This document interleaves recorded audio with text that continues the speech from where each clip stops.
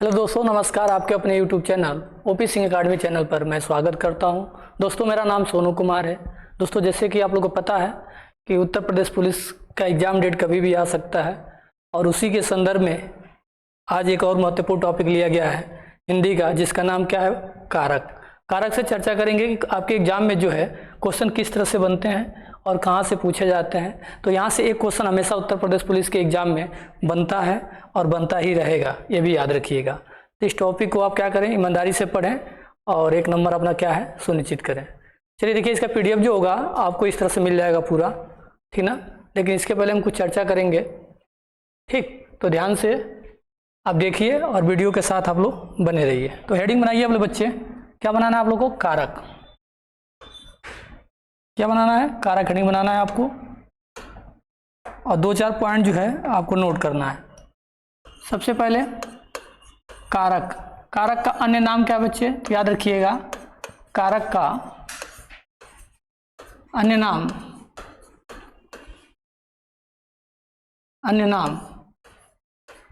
क्या बच्चे? परसर्ग। क्या है? परसर्ग, ठीक है। उसके बाद से दूसरा पॉइंट याद रखिएगा कि सर्वनाम शब्दों में क्या बच्चे? सर्वनाम शब्दों में कारकों की संख्या कितनी है? कारकों की संख्या कितनी है? तो याद रखिए कितनी है बच्चे? 7। किसको नहीं माना गया है? तो संबोधन को छोड़कर। क्या बच्चे? संबोधन कारक को छोड़कर बाकी संख्या कितनी है? 7, ठीक ना। चलिए एक पॉइंट और याद रखिएगा, हिंदी में क्या बच्चे? हिंदी में कारकों की संख्या कितनी है बच्चे? हिंदी में कारकों की संख्या कितनी है? तो याद रखिए कितनी संख्या है बच्चे? तो 8। कितना याद रखना है? 8। और एक बहुत फेमस विद्वान है, उनका नाम याद रखिएगा, आचार्य। क्या बच्चे? आचार्य किशोरी। आचार्य किशोरी वाजपेयी के अनुसार, वाजपेयी के अनुसार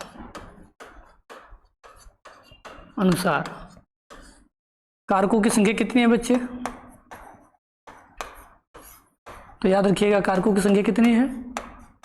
तो याद रखिएगा 6। इन्होंने किसको नहीं माना है बच्चे? तो ये भी नोट करिए, इन्होंने संबोधन को नहीं माना है, यानी संबोधन कारक को नहीं माना है, और प्लस क्या? कर्ता को इन्होंने नहीं माना है। यानी 2 को छोड़ दिया जाए तो इनके हिसाब से कारकों की संख्या कितनी है? 6। किसको नहीं माना इन्होंने? तो संबोधन कारक को और कर्ता कारक को इन्होंने कारकों में गिनती नहीं किया है, ठीक है। चलिए अब देखिए, एक तरफ क्या बनाएंगे, ये इसका 60 स्क्रीन ले सकते हैं आप लोग। एक तरफ बनाइए आप लोग कारक, दूसरी तरफ लिखिए विभक्ति चिन्ह। जो आपके एग्जाम में सबसे ज़्यादा पूछा जाता है कारक, और एक तरफ क्या लिखिए? विभक्ति चिन्ह। क्या लिखिए बच्चे? विभक्ति चिन्ह। यहाँ से आपके एग्जाम में डायरेक्ट एक क्वेश्चन बनता है, ठीक है। इस पर फोकस करिएगा। जैसे हमने कहा कर्ता का विभक्ति चिन्ह क्या होता है बच्चे? तो कर्ता का विभक्ति चिन्ह क्या होता है? तो ने। कर्म का विभक्ति चिन्ह क्या होता है बच्चे? तो याद रखिएगा कर्ता ने कर्म को, ठीक ना। कर्ण का क्या होगा बच्चे? क्या होगा? कर्ण।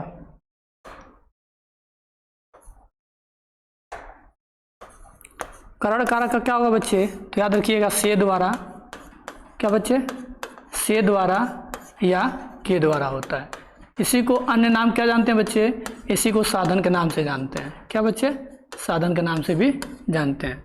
तो याद रहेगा आपको सब कुछ ये। कर्ता ने कर्म को कर्ण से संप्रदान के लिए, ठीक है। क्या बच्चे? संप्रदान के लिए, ठीक है, याद रखिएगा। आपादान। आपादान से क्या होगा बच्चे? से अलग, यानी अलगाव होगा, ठीक ना। कितने हो गए? 1 हो गया, 2 हो गया, 3 हो गया, उसके बाद क्या हो गया? 4, उसके बाद 5। याद कैसे करना है? कर्ता ने कर्म को कर्ण से संप्रदान के लिए, अपदान से अलग। अधिकरण में मतलब क्या होता है? में पर। क्या होगा बच्चे? अधिकरण कारक का विभक्ति चिन्ह क्या होगा? में पर। क्या रखिएगा बच्चे? में पर, ठीक है। अब उसके बाद संबंध का क्या रखेंगे, संबंध कारक क्या होगा बच्चे, संबंध कारक याद रखिएगा क्या होता है बच्चे, तो का, के, की, रा, रे, री, ठीक ना। उसके बाद क्या होगा, 8 नंबर पर किसको लिखेंगे बच्चे, संबोधन को, किसको लिखेंगे, संबोधन कारक को लिखेंगे, ठीक ना। इसका विभक्ति चिन्ह क्या होता है बच्चे, जैसे हे राम, अरे, ठीक ना, ये संबोधन चिन्ह आपको लास्ट में मिलेगा। तो इस तरह से जब भी आपको एग्जाम्पल मिले तो याद रखिएगा वहाँ कौन सा कारक होगा बच्चे, संबोधन कारक होगा, ठीक ना। तो उम्मीद करते हैं कि ये भी जो है आपको तैयार होगा, पहले से आप लोग रिवीजन करते होंगे। देखिए बच्चे यहाँ से बता दूँ, उत्तर प्रदेश पुलिस के एग्जाम में ना डायरेक्ट क्वेश्चन यहीं से बनते हैं, यानी एक क्वेश्चन आपका फिक्स है, ठीक। उसके बाद जो मैंने कंडीशन आपको लिखवाया है ना कि सर्वनाम शब्दों में कारकों की संख्या कितनी है, और आज आचार्य किशोरी वाजपेयी के अनुसार कारकों की संख्या कितनी है, हिंदी में कारकों की संख्या कितनी है, तो यहाँ से जो है 1 नंबर भी फिक्स रहता है, कभी काल पूछ लिया जाता है। नहीं तो अगर यूपीएसआई की अगर तैयारी करते हैं तो यहाँ से क्वेश्चन ज़्यादा बनते हैं, वीडियो की तैयारी करते हैं तो यहाँ से क्वेश्चन ज़्यादा बनता है। लेकिन पुलिस में सबसे ज़्यादा क्वेश्चन जो बना है कहाँ से बना बच्चे, तो यहीं से बना हुआ है, ठीक ना। तो इस बात को आप याद रखिएगा, ठीक ना। चलिए एक बार रिविजन देख लीजिए। कर्ता ने कर्म को करण से के द्वारा या के द्वारा ये साधन होता है। संप्रदान के लिए अपदान से अलग अधिकरण में पर संबंध कारक का, के, की, रा, रे, री। संबोधन क्या होता है, हे और अरे, ठीक ना। ये चीज जरूर याद रखिएगा। चलिए अब आगे चर्चा करेंगे जो पीडीएफ में लिखा हुआ है, ठीक ना। देखिए आप क्या क्या लिखा हुआ है। तो सबसे पहले देखिए पूछा है, क्या पूछा गया इसमें, या क्या नाम है, याद रखिएगा।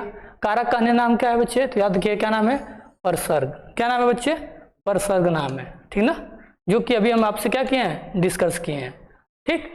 सर्वनाम शब्दों में कारकों की संख्या कितनी होती है बच्चे, तो याद रखिए कितनी होती है बच्चे, 7। किसको छोड़ के, संबोधन कारक को छोड़कर, ठीक ना। हिंदी में कारकों की संख्या कितनी होती है बच्चे, तो 8, याद रखिएगा, ठीक ना। आचार्य किशोरी वाजपेयी के अनुसार कारकों की संख्या कितनी है बच्चे, तो 6। कितनी है बच्चे, 6, याद रखिएगा। इन्होंने किसको नहीं माना है बच्चे, तो याद रखिएगा कर्ता कारक और संबोधन कारक को इन्होंने कारक की श्रेणी में नहीं माना है, कहा कि भैया ये क्या है, अलग है। तो अगर इनके अनुसार कंडीशन देकर पूछा जाता है तो आपको कितना लगाना है बच्चे, 6। बाकी सब आपके सामने लिखा हुआ है। चलिए अब आगे चर्चा करेंगे कारक का परिभाषा क्या होता है, ठीक ना। तो कारक का परिभाषा होता है बच्चे वे शब्द जिसका क्रिया के साथ प्रत्यक्ष या अप्रत्यक्ष रूप से संबंध रहता है उसे क्या कहते हैं बच्चे, कारक कहते हैं। यानी वे शब्द जिनकी क्रिया के साथ प्रत्यक्ष या अप्रत्यक्ष रूप से संबंध रहता है उसे क्या कहते हैं बच्चे, कारक कहते हैं, ठीक ना। याद रखिएगा किसे कहते हैं, कारक कहते हैं। इनकी संख्या कितनी है बच्चे, कुछ कारकों की संख्या कितनी है बच्चे, तो 8, याद रखिएगा। एक तरफ कारक लिखा हुआ है, एक तरफ क्या लिखा हुआ है बच्चे, विभक्ति चिन्ह लिखा हुआ है। तो कर्ता कारक का विभक्ति चिन्ह क्या होगा बच्चे, कारक कर्ता का विभक्ति चिन्ह क्या होगा, कर्ता ने कर्म का विभक्ति चिन्ह क्या होगा बच्चे, को याद रखिएगा। करण का याद रखिएगा, करण कारक है, ये कारण लिखा गया है, गलत हो गया है। करण कारक क्या होगा बच्चे, से द्वारा या के द्वारा, इसी को क्या कहते हैं बच्चे, साधन कहते हैं, ठीक ना। संप्रदान का क्या होगा बच्चे, को या के लिए, ये विभक्ति चिन्ह याद रखिएगा, को या के लिए, ठीक ना। अपदान से क्या होता है बच्चे, से अलग होता है, ठीक ना। चलिए आगे चर्चा करेंगे। संबंध का क्या होगा, तो याद रखिएगा संबंध कारक का क्या होता है बच्चे, तो का, के, की, रा, रे, री, ये सभी किसके विभक्ति चिन्ह है बच्चे, तो याद रखिएगा संबंध कारक का, ठीक ना। ये देखिए यहाँ पे लगा लीजिएगा संबंध कारक, ठीक ना, संबंध कारक, ठीक। अधिकरण का क्या हो जाएगा बच्चे, विभक्ति चिन्ह पूछेगा कि अधिकरण कारक का विभक्ति चिन्ह क्या होता है, तो क्या होता है बच्चे, में और पर होता है। संबोधन का क्या होता है बच्चे, तो याद रखिएगा संबोधन क्या होता है, हे और अरे, ठीक ना, याद रखिएगा। ये जैसे कि इसलिए याद करने के लिए बोल रहा हूँ क्योंकि यहाँ से डायरेक्ट क्वेश्चन बनते हैं आपके सिपाही में। अगर आप इसको इग्नोर कर देते हो तो 1 नंबर तो आपका ऐसे ही कम हो जाएगा, ठीक ना। तभी तक आपने क्या क्या पढ़ लिया बच्चे, कारक के चिन्ह भी पढ़ लिए, कारकों की संख्या पढ़ लिए, कारक का परिभाषा क्या होता है, सब पे हम लोग क्या किए, चर्चा कर लिए। अब सबसे पहले देखेंगे कर्ता कारक क्या होगा। देखो कर्ता का मतलब क्या होगा, सब्जेक्ट होगा, ठीक ना। तो याद रखिएगा वाक्य के जिस रूप से क्रिया को करने वाले का पता चले उसे क्या कहते हैं बच्चे? कर्ता कारक कहते हैं, ठीक ना। वाक्य के जिस रूप से क्रिया को करने वाले का पता चले उसे क्या कहते हैं बच्चे? कर्ता कारक कहते हैं। इसका विभक्ति चिन्ह क्या होता है बच्चे? तो याद रखिएगा, कर्ता कारक विभक्ति चिन्ह क्या होता है? ने होता है। जैसे देखो यहाँ पे मैंने लिखा, इसके नीचे अंडरलाइन कर दिया। देखो जब भी आपके एग्जाम में क्वेश्चन बनेगा ना तो उसके नीचे क्या करेगा? अंडरलाइन करके पूछेगा कि इसमें कौन सा कारक है। इस बात को विशेष ध्यान दीजिएगा, ठीक ना। जैसे मान लो मैंने यहाँ पे कर दिया, फिर यहाँ पे कर दिया, ठीक ना, और फिर यहाँ पे कर दिया, इस तरह से। अब पूछूंगा बताओ कि इसमें कौन सा कारक है, तो देखो यहाँ पर कारक कौन सा है? विभक्ति चिन्ह आपको मिल जाएगा। शिक्षक ने पाठ पढ़ाया, ठीक ना, ये गलत है, पढ़ाया हो जाएगा, ठीक ना, ठीक ना। तो याद रखिएगा, मैंने उसे दिखाया, ठीक, मैंने उसे क्या किया बच्चे? बुलाया, उसने खाना खाकर जाने दिया, ठीक ना। तो यहाँ पे जो ने जो विभक्ति चिन्ह दिख रहा है बच्चे ना, ये किसका है? तो कर्ता का है, याद रखिएगा, ठीक ना। इस तरह से पूछेगा इसमें कौन सा कारक है, एक वाक्य दे देगा, उसमें 2-3 विभक्ति चिन्ह दे देगा, और जिसके नीचे अंडरलाइन करेगा ना उसमें पूछेगा कि इसके अंदर कौन सा कारक है, ठीक है। चलिए आगे चर्चा करेंगे। अब देखो कर्म कारक, यानी क्या होगा? क्रिया का प्रभाव किस पे पड़ेगा बच्चे? कर्म को पड़ेगा, ठीक ना। वाक्य में क्रिया के कार्य का प्रभाव जिस पर पड़ता है उसे क्या कहते हैं बच्चे? कर्म कारक कहते हैं। यानी कि वाक्य में क्रिया के कार्य का प्रभाव जिस पर पड़ता है उसे क्या कहते हैं? कर्म कारक कहते हैं। यानी जो क्रिया है ना बच्चे, जो वर्ब है ना, वर्ब, इसका प्रभाव किस पे होगा? ऑब्जेक्ट पे होगा। क्या होगा बच्चे? ऑब्जेक्ट पे, यानी कि क्या होगा? कर्म पर पड़ेगा, ठीक ना।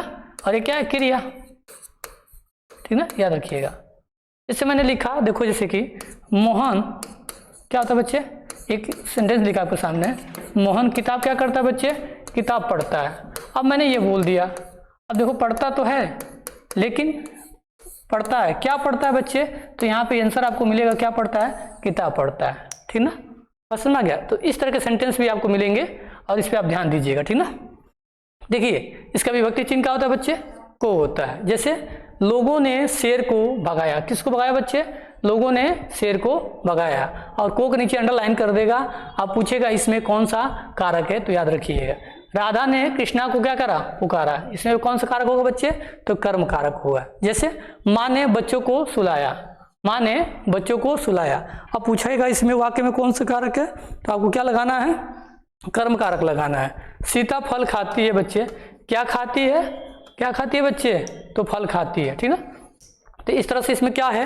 कारक का जो विभक्ति चिन्ह है इसमें क्या हो गया बच्चे? लोप हो गया है। तो आपको आइडिया भी लगाना है, क्योंकि पहले जो था एकदम आपके एग्जाम्पल में विभक्ति चिन्ह को दे दिया जाता था और पूछता था, लेकिन आज के एग्जाम में जो क्वेश्चन बन रहे हैं कहीं विभक्ति चिन्ह का क्या हो जा रहा है? लोप हो जा रहा है। तो आपको आइडिया लगाना है कि अगर कर्म कारक होगा ना तो क्रिया के साथ क्या करिएगा? क्या लगा के प्रश्न कर लीजिएगा। अगर उत्तर मिल जाता है तो आपको मान लीजिए क्या होगा? कर्म कारक होगा। जैसे देखो यहाँ पे क्या खाती है? तो फल खाती है। मैंने पत्र लिखा, क्या लिखा बच्चे? तो पत्र लिखा, ठीक ना। माँ ने बाजार से कपड़ा खरीदा, क्या खरीदा बच्चे? क्या खरीदा? ठीक ना, याद रखिए कपड़ा। अगर देखो जब तक यहाँ पे अंडरलाइन नहीं करेगा तब तक हम क्या करेंगे? नहीं कर सकते हैं। जिसके नीचे अंडरलाइन करके क्वेश्चन बने पूछेगा ना उसी के अकॉर्डिंग क्या करेंगे हम लोग? अपने क्वेश्चन को भी सही करेंगे, ठीक। चलिए अब आगे चर्चा करें। इतना बात आपको समझ में आ गया होगा। तीसरा क्या है बच्चे? करण कारक है। क्या बच्चे? तीसरा क्या है? करण कारक है। अब देखिए आपके एग्जाम में यहाँ से क्वेश्चन कैसे बनते हैं। जैसे पूछेगा इसका डिफिनेशन क्या है? वाक्य में जिस साधन या माध्यम से क्रिया होती है उसे क्या कहते हैं बच्चे? करण कारक कहते हैं। यानी वाक्य में जिस साधन या माध्यम से क्रिया होती है उसे क्या कहते हैं बच्चे? करण कारक कहते हैं, ठीक ना। इसका विभक्ति चिन्ह क्या होता है बच्चे? से द्वारा या के द्वारा होता है, या इसको क्या कहते हैं? साधन के भी नाम से जानते हैं। तो याद रखिएगा जब भी आपको ये करण कारक के बारे में पूछे तो दो चीजें याद रखिएगा, से द्वारा या के द्वारा या साधन, इसका क्या होता है? विभक्ति चिन्ह होता है, ठीक ना। जैसे देखो यहाँ क्वेश्चन लिखा हुआ है बच्चे, भगवान राम ने रावण को बाण से मारा। अब देखो यहाँ पे साधन क्या लिख रहा है आपको? भगवान राम ने रावण को किससे मारा बच्चे? बाण से मारा। यानी बाण क्या है भैया? ये साधन है, ठीक ना, बाण से मारा, ठीक ना। अब यहाँ देखोगे बच्चे गेंद से खेल रहे हैं। अब बच्चे किससे खेल रहे हैं बच्चे? आप ये बताओ। बच्चे गेंद से खेल रहे हैं तो यहाँ साधन क्या बन रहा है बताओ? गेंद बन रहा है कि खेल बन रहा है? यानी गेंद से बच्चे खेल रहे हैं तो यहाँ क्या हो जाएगा बच्चे? गेंद तो साधन बन जाएगा ना। तो इस तरह से याद रखिएगा, ठीक ना। बच्चे बस से पाठशाला जाते हैं। अब देखो तीसरा एग्जाम्पल क्या कह रहा है, बच्चे जो हैं किससे जाते हैं, बच्चे जो हैं बस से पाठशाला जाते हैं। किससे जाते हैं, यानी साधन का काम कौन है, बस है। ठीक। और अगला एग्जाम्पल क्या है, बच्चे पार्क में कुत्तों के बच्चों के साथ खेल रहे हैं, यानी कुत्ते के बच्चों के साथ खेल रहे हैं। आप देखो तो हम किसके साथ खेल रहे हैं, कुत्ते के बच्चों के साथ ना।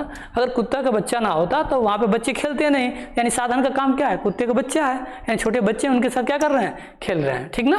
पटेल जी ने सेना के जरिए क्या किया था बच्चे, हैदराबाद का विलय कराया था। अगर ये बताओ पटेल जी के पास सेना नहीं होता तो क्या वो विलय करा लेते, नहीं, अकेले कुछ नहीं कर पाते, इसलिए यहाँ साधन क्या है भैया, सेना है। ठीक ना। इस बात को याद रखिएगा। उम्मीद करते हैं कि ये जो सारा बात है ना आपको समझ में आ रहा होगा। ठीक ना। चलिए देखिए, इस चैनल के माध्यम से जिस तरह से हिंदी का पीडीएफ अगर दिया जा रहा है ना उस तरह से नहीं मिलेगा आपको बच्चे। अगर जो भी लोग वीडियो देखें ना, ईमानदारी से क्या करें, चैनल को सब्सक्राइब कर दें, शेयर कर दें और लाइक कर दें और अपना कमेंट करके जरूर राय दें कि आखिर आप लोग क्या चाहते हो। क्योंकि इस चैनल के माध्यम से उत्तर प्रदेश पुलिस एग्जाम के लिए जितने भी विद्यार्थी हमारे भाई दोस्त जुड़े हुए हैं उनके लिए इस चैनल के माध्यम से जो भी है निःशुल्क में दिया जा रहा है, आप उसको पढ़ें और मेहनत करें। जैसा आप अपना सजेशन जरूर दें। ठीक ना। संप्रदान कारक, इसका शाब्दिक अर्थ क्या होता है बच्चे, दान देना, याद रखना। संप्रदान कारक का शाब्दिक क्या होता है, जो अर्थ होता है बच्चे, दान देना है। जिसके लिए कुछ किया जाए, याद रखना, जिसके लिए कुछ किया जाए या जिसको कुछ दिया जाए। ठीक ना।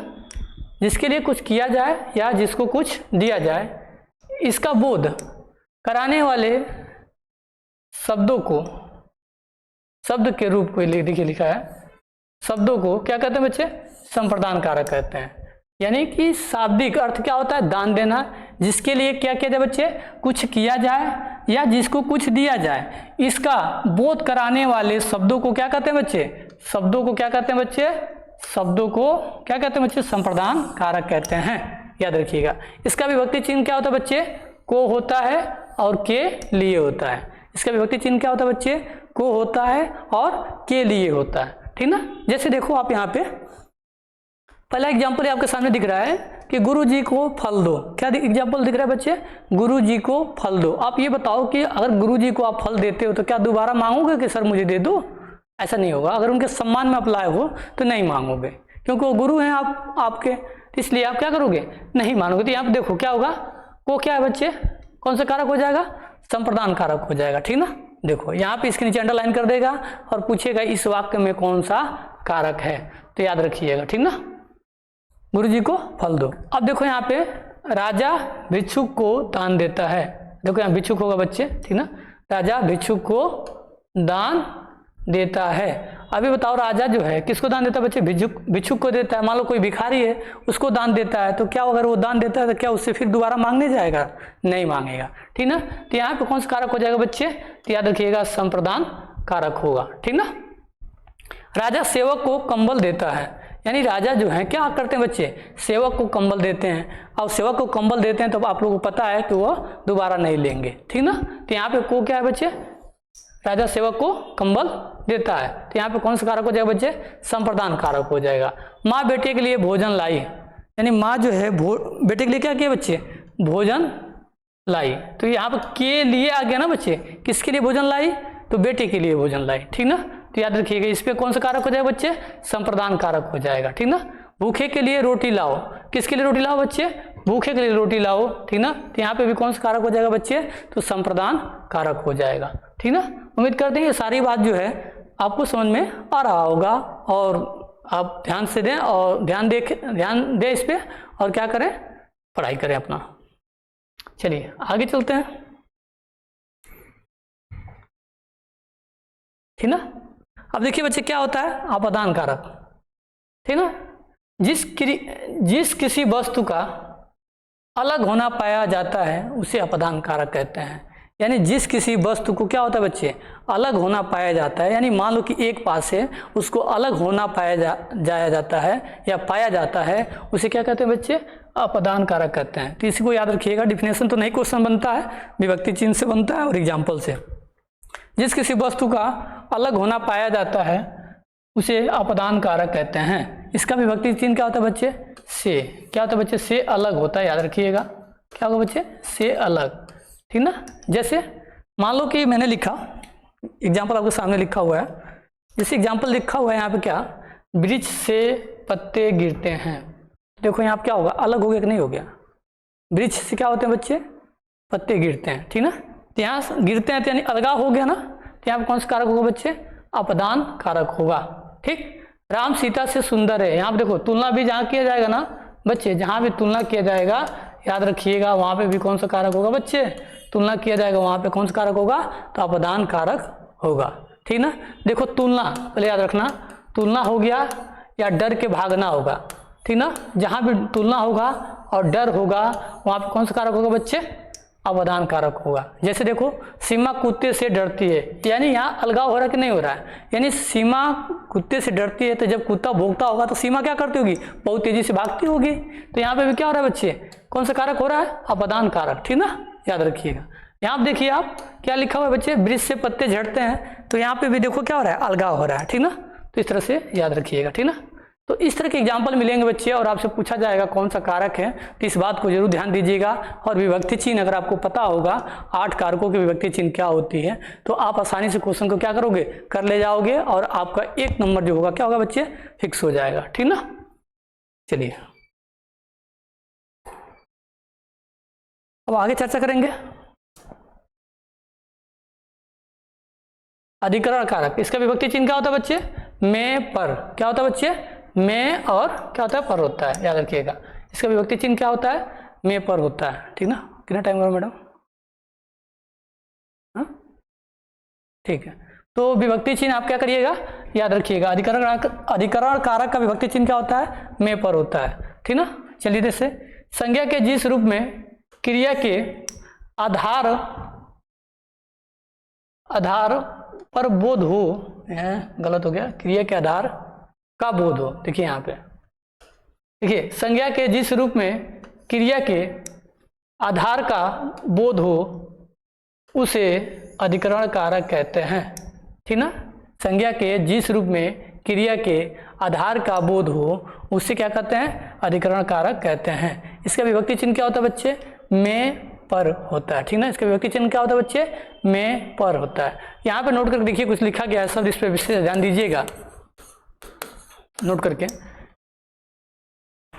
देखो इसमें क्या लिखा गया है। इसके क्या होता है, भीतर, ऊपर, अंदर, बाहर, बीच शब्दों का प्रयोग होता है।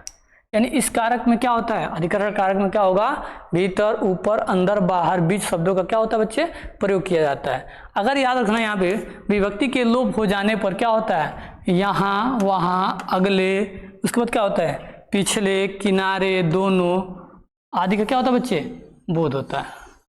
समय आदि का क्या होता है बच्चे, बोध होता है। तो इस बात को जरूर याद रखिएगा, 2 स्टार लगा लीजिएगा, ठीक ना। चलिए जैसे मुख्य अतिथि के सम्मान में यह आयोजित किया जाता है।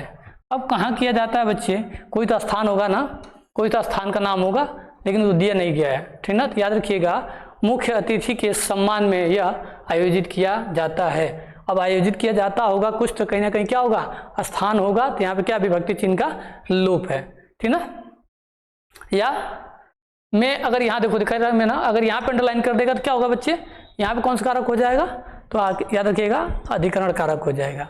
मुख्य अतिथि के सम्मान में यह आयोजित किया जाता है, ठीक ना। चलिए आगे देखते हैं। टीवी मेज पर रखी है, देखो यहाँ पे विभक्ति चिन्ह मिल गया। टीवी कहाँ रखी है बच्चे, मेज पर रखी है, तो यहाँ पे पर आ गया ना, तो यहाँ पे कौन सा कारक होगा बच्चे, तो याद रखिएगा अधिकरण कारक होगा। अब देखिए कमरे के बीच में पंखा है, देखो यहाँ बीच शब्द मिल गया ना, तो यहाँ पे भी कौन सा कारक होगा बच्चे, अधिकरण कारक,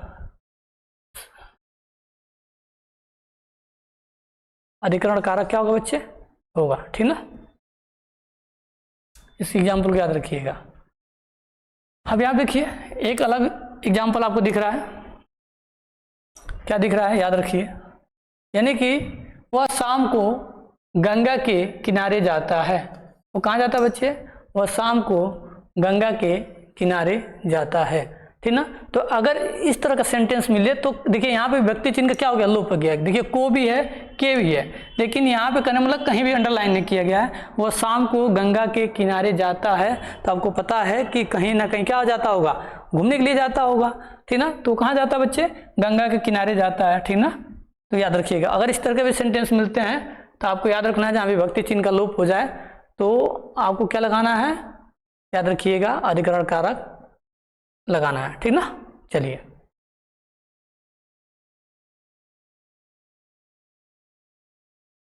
ठीक है, चलिए संबंध कारक क्या है, याद रखिएगा। संबंध कारक मतलब क्या होगा, संज्ञा या सर्वनाम के जिस रूप से किसी वस्तु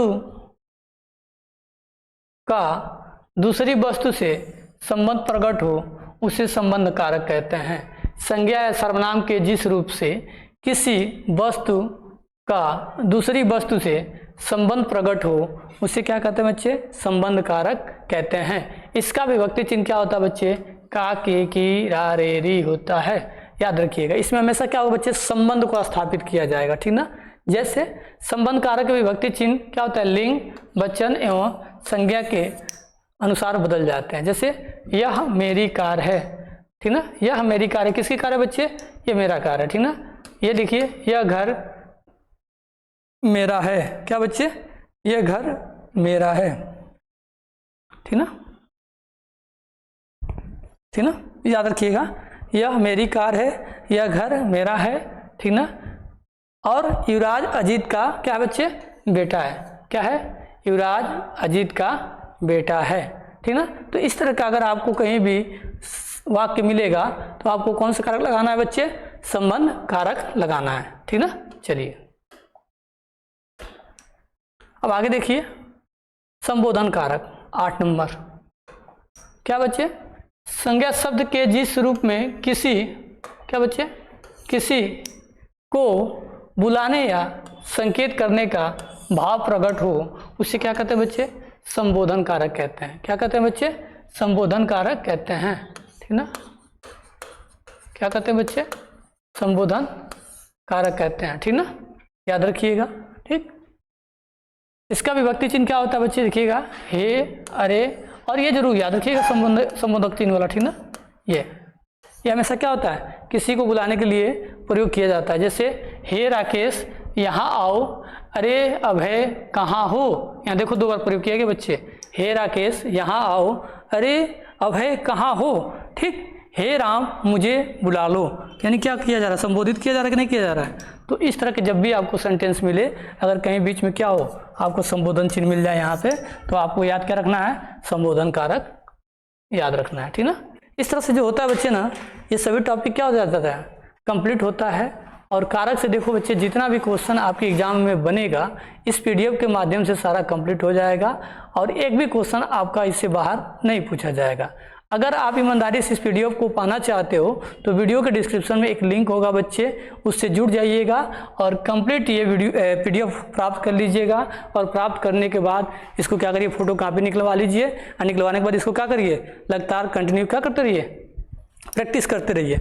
बाकी अगर आप चाहते हैं कि इस चैनल के माध्यम से हिंदी का प्रैक्टिस सेट पेपर भी जल्दी आप लोग के लिए स्टार्ट करा दिया जाए तो आप कमेंट करके अपना क्या करें, राय जरूर दें। देखिए इसी चैनल के माध्यम से हिंदी, रीजनिंग, मैथ और जीके जीएस सभी के प्रैक्टिस सेट पेपर चल रहे हैं और हिंदी में भी एक सेट हो चुका है जिस टॉपिक का नाम है क्या बच्चे, वर्णमाला। और उसके बाद से जो अगला प्रैक्टिस सेट पेपर होगा वो कौन सा होगा मैं आपको बता दूं। तो देखिए शब्दों का वर्गीकरण से होगा, शब्दों का वर्गीकरण यानी शब्द क्या होता है और शब्दों के वर्गीकरण से क्वेश्चन हम बनाए खुद ही। देखिए हम किसी भी पेपर टेस्ट पेपर को नहीं उठाते हैं, हम